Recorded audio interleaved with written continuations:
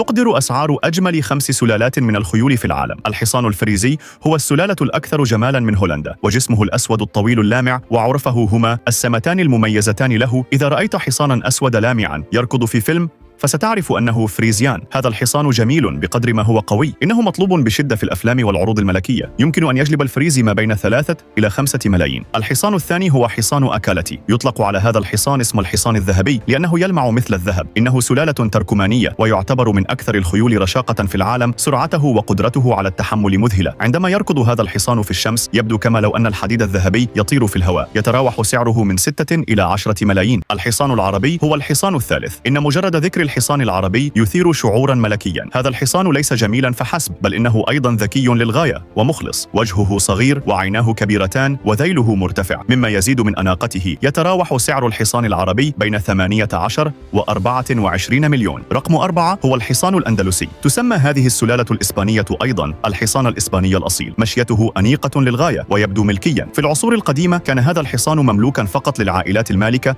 جسمه الأبيض أو الرمادي وعرفه الكثيف يجعله فريداً. يمكن بيع الحصان الأندلسي بحوالي 6 إلى 12 مليوناً. رقم 5 هو حصان فانر الغجري. يتميز هذا الحصان بعرفه الطويل المتدفق وشعره الحريري بالقرب من ساقيه. بدأ المجتمع الغجري في إنجلترا في تربيته. يبدو لطيفاً ولكنه أيضاً قوي جداً وموثوق به.